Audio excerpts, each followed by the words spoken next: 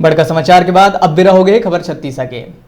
Korea जिला के वनांचल सोनहट क्षेत्र में लगातार 3-4 दिन ले होत बारिश ले किसान मन के चेहरा में रौनक लौट आए है। नवा उम्मीद के साथ क्षेत्र के जम्मू किसान मन अपन अपन खेत में खेती के काम में लग गए हैं, जेकर से धान के रोपाई कार्य भी तेजी ले होत नजर आवत है।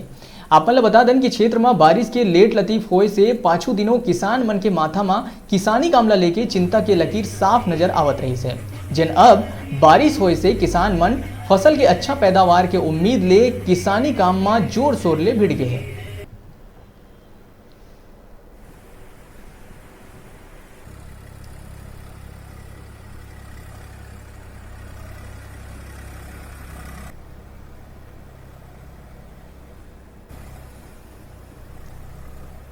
विनोद, फोटो खिंचा ले।